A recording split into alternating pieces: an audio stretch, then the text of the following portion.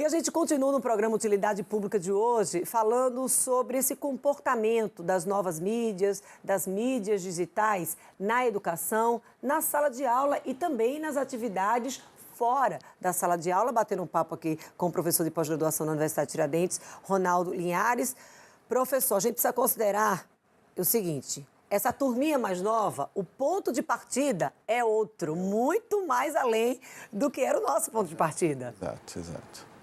E a gente não está se preocupando muito com isso, ou pelo menos não está tendo tempo para se preocupar muito com isso, né? Desde a formação básica, desde quando você entra num curso de licenciatura, essa preocupação já deveria estar presente, né? De que sujeito você vai atuar, com que sujeito você vai atuar quando você chega na sala de aula para a sua primeira experiência docente. Quem é esse sujeito, o que é que ele consome em termos de produtos culturais, o que é que ele consome em termos de mídia, e o que é que essas mídias e esses produtos culturais fazem com a cabeça desse sujeito, porque também tem uma questão importante. Elas como estávamos conversando no intervalo, as mídias adquiriram e aprenderam a trabalhar pedagogicamente com determinados conceitos e informações que a escola não se utiliza do inverso, ou seja, a escola afastou os meios de comunicação até certo ponto e os professores não são preparados para trabalhar com os processos comunicacionais.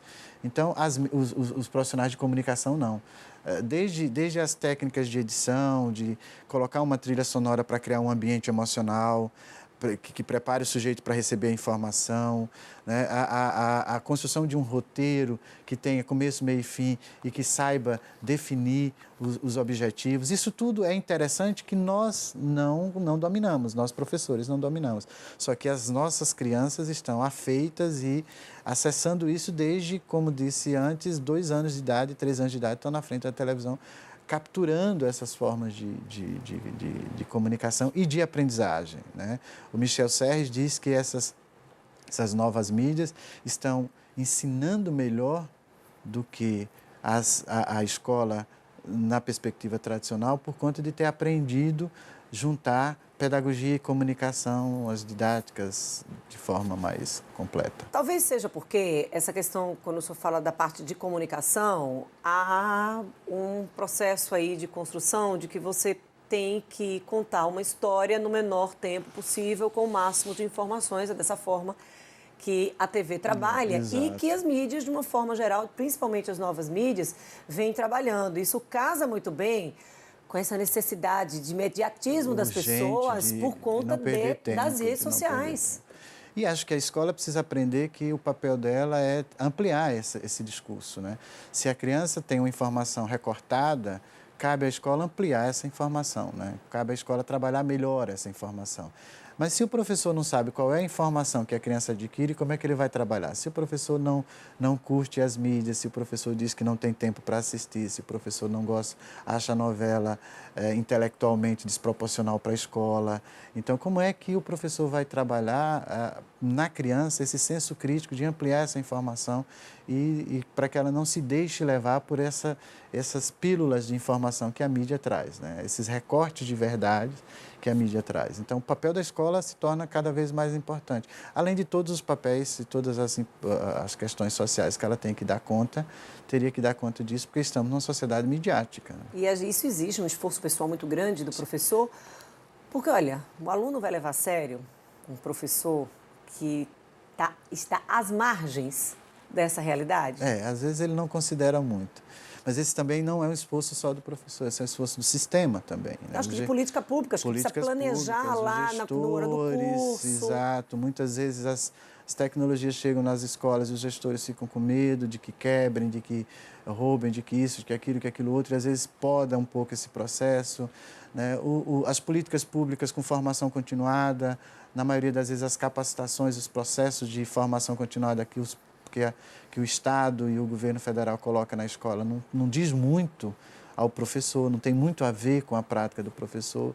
Então, esse é um problema também sistêmico, né? Porque você gasta muito dinheiro para montar um laboratório de informática, para disponibilizar uma série de tecnologias digitais na escola.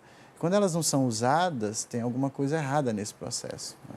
E aí, quando o senhor fala em montar laboratório de informática, Aí a gente já pensa que as coisas vão muito rápidas, né? Sim, nós estamos com celular. Ninguém quer mais, pois é, ninguém quer mais parar na frente. Aquilo ali já se tornou obsoleto. Já se tornou obsoleto. O que era uma grande vitória lá atrás, que era, assim, era o máximo da evolução, que era um laboratório de informática, quando esses laboratórios começaram a chegar na rede pública, hoje, visualmente, assim, estruturalmente, eles já começam a se tornar obsoletos. Dene, não é só o laboratório, né? Com isso aqui, eu trago livro, biblioteca, filme, filmoteca, eu trago informação, eu trago o mundo dentro disso aqui, no bolso de uma criança. Em vários idiomas, trago jogos em vários idiomas, ou seja, eu trago o mundo, né? O Gilberto Gil falava em Parabólica Camarada, o mundo vindo pela antena parabólica. Nós estamos com o mundo vindo pela rede. E não é mais o laboratório fechado, as máquinas estáticas. Isso aqui eu levo para qualquer lugar que vou, né? Eu me comunico com qualquer pessoa em qualquer lugar do mundo. Uma criança que começa a jogar videogame com 5, 6, 7 anos de idade, ela tem um vocabulário de inglês muito maior do que nós tínhamos quando fizemos nossas primeiras aulas de inglês.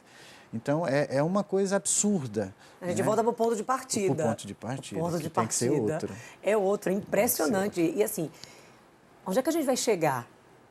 Né? Porque as coisas estão muito rápidas, muito imediatistas, e a sensação que eu tenho é de que, assim, os estudantes, eles não estão preparados para selecionar esse conteúdo que chega de forma tão imediata. Sim, ele está se tornando imediatista e talvez haja um risco muito grande aí por trás, aí, que seja o da perda do senso crítico, porque eu passei a absorver apenas as coisas, que eu não tenho mais tempo para parar, questionar, pensar, e nem sequer de procurar outro lado da história. Esse tempo podia ser na escola. Esse tempo podia ser na escola. A escola podia criar espaços de reflexão sobre essas coisas todas que estão aí, porque conteúdos nós temos, né? Você ensina história com material de história do livro didático e o menino liga a televisão e tem uma guerra na Ásia, na África e etc., que poderia linkar com essas questões históricas e dar sentido a essa aprendizagem, ou seja, a informação do curso de História, de Língua Portuguesa, as gramáticas, estão todas na rede. Então, o que é que a gente precisa fazer agora? Tentar fazer com que esse aluno pare na escola, use essas tecnologias móveis para ampliar essa discussão e para ampliar o seu horizonte crítico sobre esse conjunto de informações ilimitadas que está posto. E aí eu estou falando, olha, tudo isso aí, a gente precisa de uma coisa para que todo mundo tenha acesso, que é a banda larga, que a gente vai ter um outro problema, que você precisa ter acesso à rede, entendeu? É preciso se pensar políticas para se dar esse acesso também aos professores e aos alunos. É interessante porque boa parte dos professores não teria como custear isso, não custeia isso para si, mas custeia isso para os filhos. Ou seja, eles compram computadores à prestação para os filhos, quando os filhos começam a estudar.